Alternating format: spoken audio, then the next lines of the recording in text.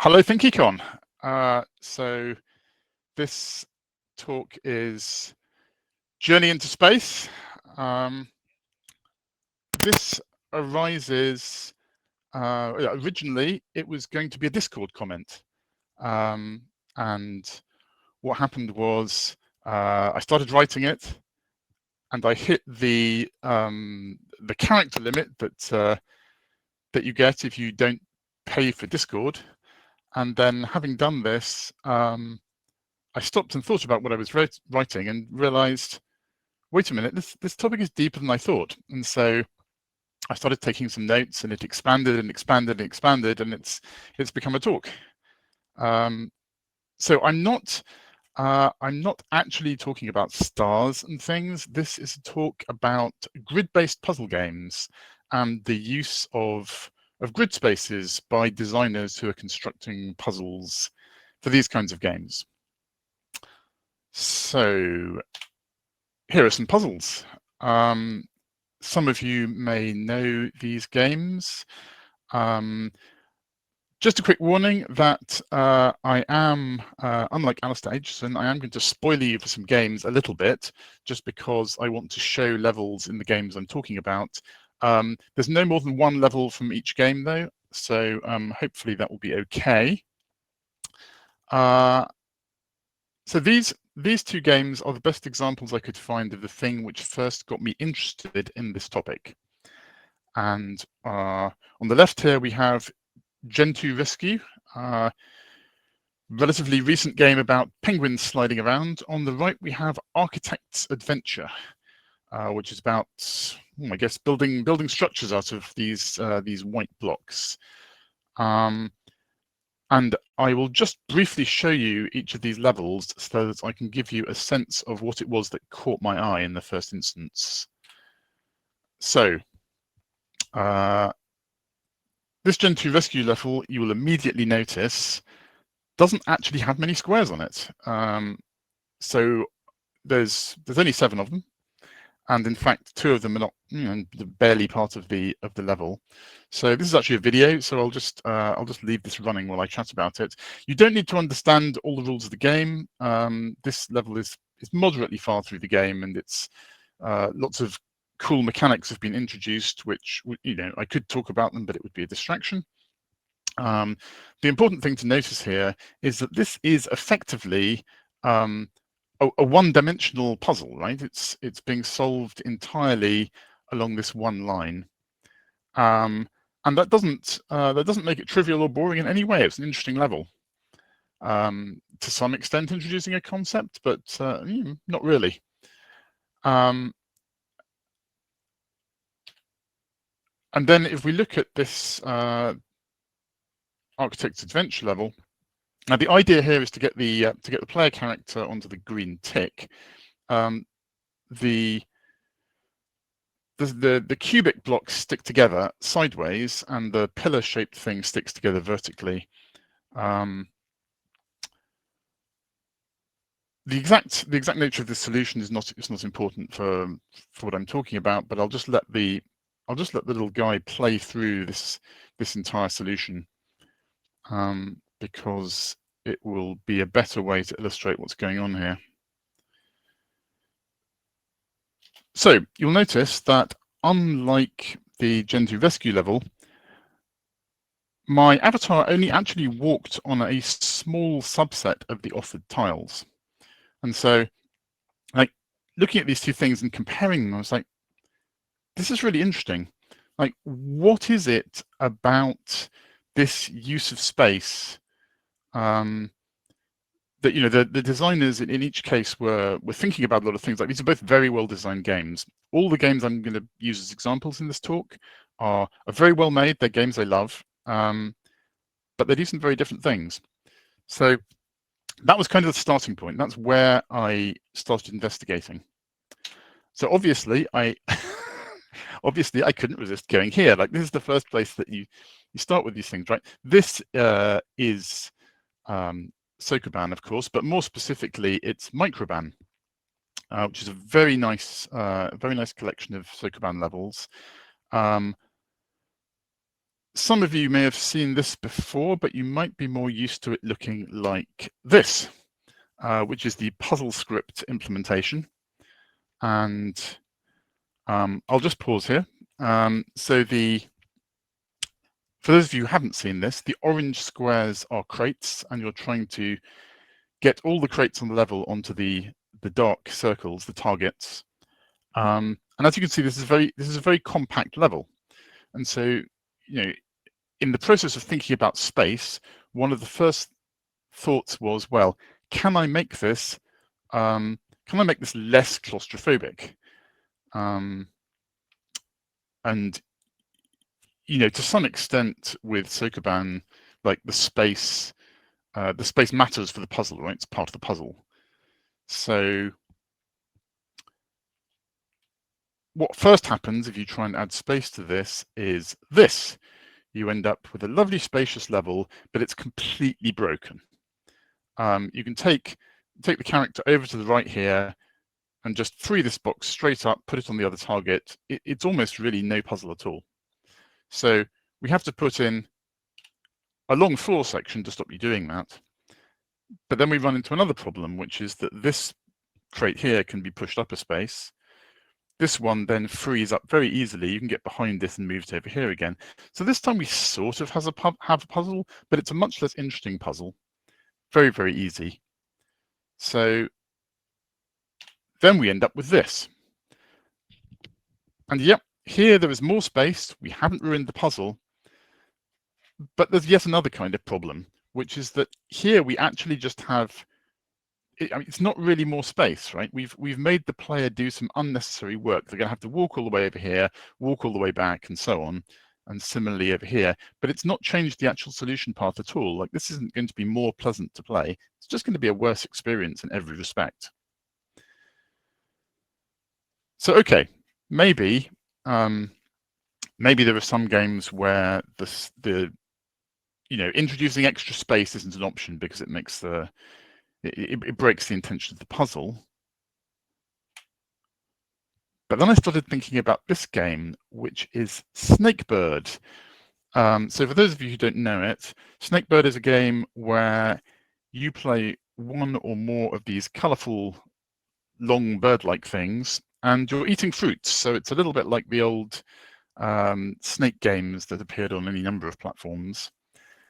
The difference with Snakebird is this gravity, which changes everything. And from the point of view of space, there's an interesting thing which happens with Snakebird, which you don't get even with Sokoban, which is this. So I'll just pause there. This bird can't reach the apple, right? And this is because I've messed up the level. So I will continue, and you see what should have been done there. But you'll notice that if there had been even a one space difference, it would have been trivial to get the apple. And this is the point of the game, that when you eat a fruit, you get one space longer. And so there's a lot of strategy in what order you eat things and how best to approach the thing.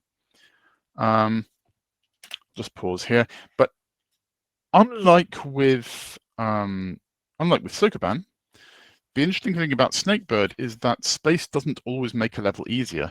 It could make it harder or even impossible, because you might be stretching one of your Snakebirds between 2 points, and one extra space means that it can't reach. So space doesn't make things easier all the time, doesn't make things harder all the time. So what exactly is going on?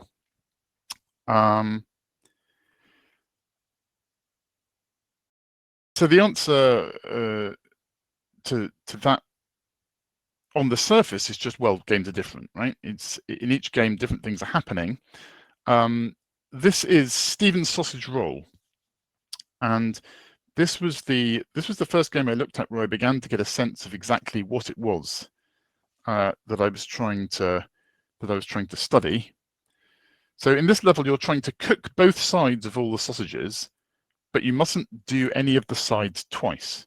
And you see I had this maneuver I had to do where I pushed one of the sausages up across the top and back down in order to avoid cooking one of the sides twice. But space-wise, what's happening here is that a lack of space at the top of the level is being used to obfuscate the solution. So if you had a huge amount of space up here, then immediately it would be very, very intuitive to the player that what they were going to do was to push one of the sausages out of the way and bring it all the way round. They would have a lot of control. Whereas here you see at the start of the level, it's not at all apparent that I have to do that. And it's the lack of space which makes it a difficult thing to spot. And in particular, the awkward way in which the character's tool prevents free movement makes it seem like you don't have room to do these things. So this goes in an entirely different direction. So I think a lot of you watching will know Patrick's Paradox, but this is a game which, I mean, it is a Sokoban game, but it's a game in which the boxes, the crate-like things which form the playing pieces, can end up inside each other. And what took me a long time, so I'd actually played this entire game without noticing this, but what I suddenly noticed about this game was all the levels are the same size. So, you know, you're talking about space, but actually it's an extraordinary thing to be able to design a game with dozens and dozens of varied levels where every single thing is the same size. You know, I started to think, particularly for a Sokoban-like game, how is that possible?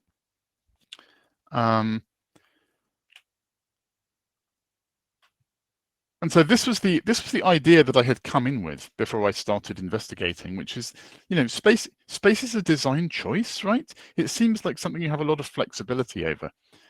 But then I began to wonder about that, and like maybe it's not really a design choice at all. Like the ways in which it behaves in all of these games seems much more intrinsically linked to the mechanics than I had assumed it would be. And so when we're designing games, particularly in 2025, we usually have some mechanical idea, and as I referred to quite a bit in my previous year's talk, we're trying to showcase that one idea really well, right? So if a lack of space is something that you see in like Sokoban puzzles, and you've got this very very congested spaces obliging you to think about how you move the playing pieces around, then in a sense they're getting in the way of the puzzle that you're trying to build, right? The player is having to solve this other puzzle at the same time as the Sokoban. So like, you know, what we should do is just use more space when we can. So should this be influencing our choice of design? But it turns out it's more complicated than that. So this is this looks like Bonfire Peaks, and it sort of is, except this is actually from the second DLC. This is Lost Memories Part 2. All three of these games are very good, by the way. Recommend them. So there's something about this level which I'm just going to give you a moment to have a look. The objective of this game is to get this crate onto this bonfire over here, but there are these two big gaps. But I'm not suggesting that you solve it in your head in the middle of this talk.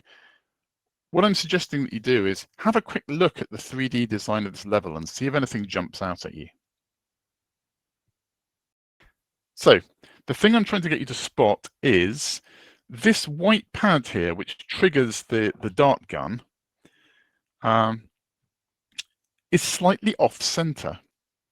Now, the design of this game is very precise. Everything has been thought about. And so that is not a coincidence. And here we see why. So I actually need all of the space there so that we have room to do this move here.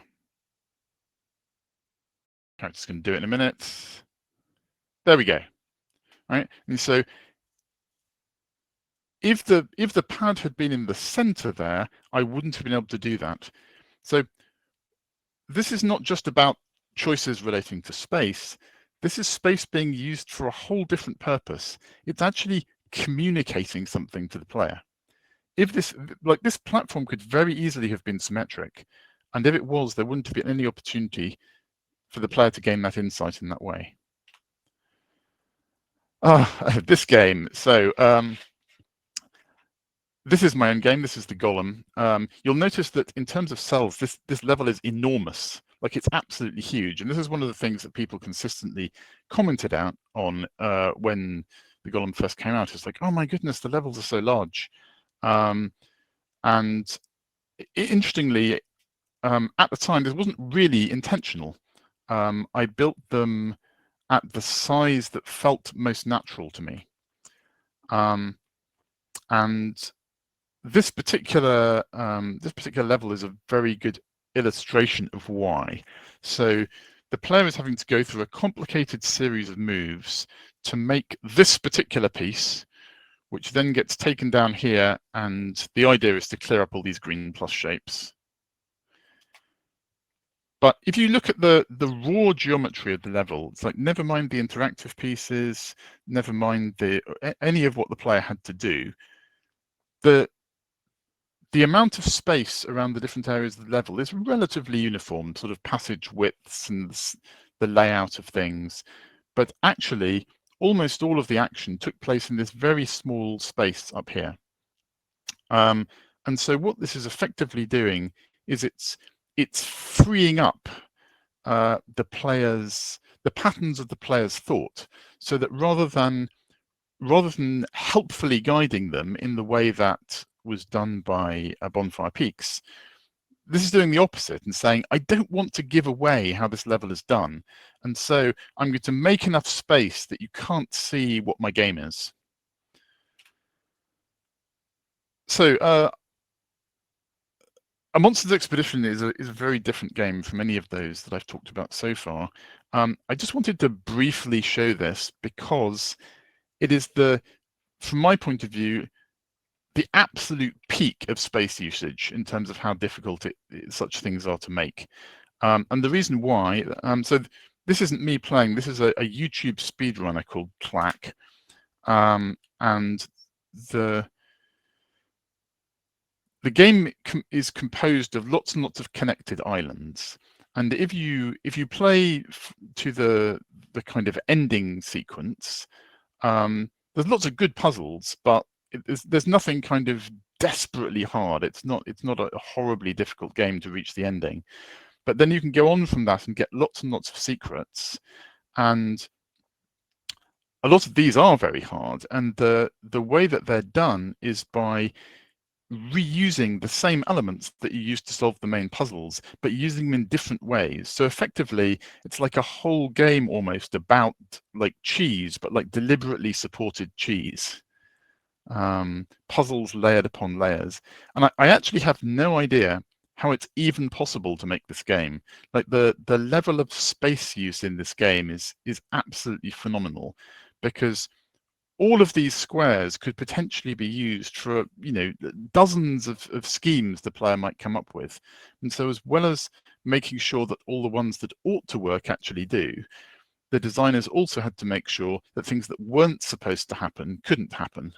And it's extraordinary stuff. I'm very impressed by it. Right, so what was my eventual conclusion from all this investigation? It was that space isn't really a design decision, but what it is a communication tool. So you have your core puzzle, which is your mechanics, whatever it is that you the idea that you've come up with that you want to share with the players. You build your levels and so forth, but you will sometimes have choices about the amounts of space that you use. Those choices are best used not to say, oh, I like lots of space, or I like not very much space, but to think, what will the impact be on the player's thought processes of not just different spaces, but different shapes. Like the geometry of levels is well known to provide clues, and space is just a special case of that much broader category of information that you're sharing whenever you whenever you design a level. So a quick epilogue. I just wanted to pop back to these two levels because when I first saw this, I was thinking, oh yes, very little space and a lot of space. These are radically different design decisions. But in fact, in the light of our conclusion, they're not.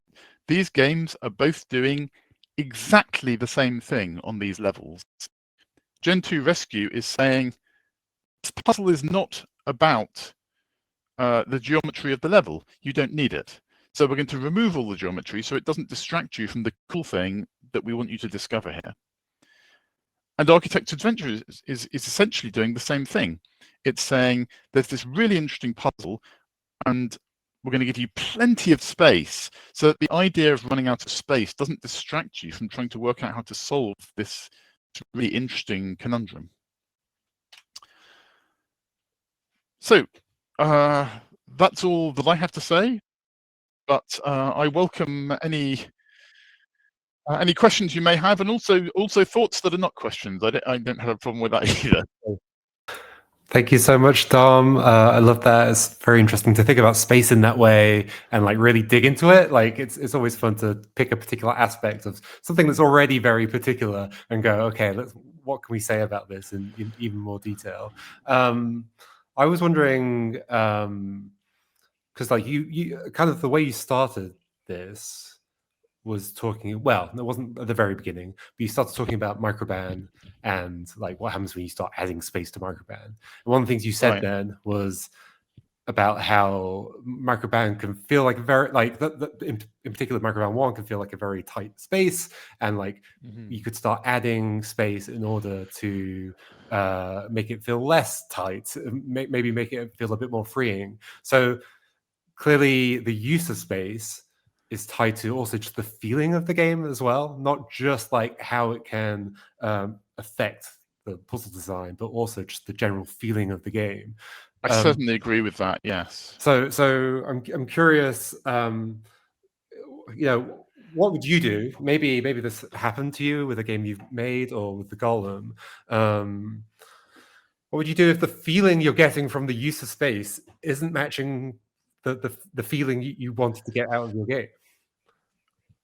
Well, so I mean, it will depend a lot on the individual mechanic, but certainly with puzzle script games, often when I'm doing like a jam game or a confounding calendar, those sorts of things, I do often find that they don't feel right, and usually the challenge for me as a designer is to make them smaller, because I kind of naturally tend towards large spaces. I mean, that's how I arrived at the question in the first place, right? Is that I was trying to get a sense of why I like these things, and I'm always trying to shrink stuff. But I think for other designers it might be different. I can imagine that some people might have a natural attraction to minimalism. They're going exactly the other way and saying, "Oh, maybe I've made too compact." So I can see that varying. Great, thank you. We had a question from Patrick in the comments as well. Do you notice any patterns in other types of grid-based games, such as pen and paper puzzles or tactics games? Interesting. Oof, yes, that's a big question. So, pen and paper puzzles are a bit of a special case. So these are puzzles are what I call zero space puzzles, in this that compared with something like Sokoban, they have a concept of space. Like changing a single cell puzzle would actually limit most of the time, I think. Although I'm not a paper expert, I must admit. Strategy games, I played a lot of war games, only a small subset which were on grids. With like, for example, Advanced Wars and so forth. Yes, space is critical because if your units dominant, and a lot of war game designers make a mistake, and the artillery is totally overpowered. But yeah, that's the whole talk. Yeah, we'll save that talk for next year. right? You can join then. You were breaking up a little during the answer, but I think we got the gist of it. And we can always add some subtitles to the edited talk that goes on YouTube afterwards to make sure it's clear. Great. I think that is all the questions we've got time for. So thank you so much, Dom. We'll go get set up for the next talk. So yeah, thank you once again.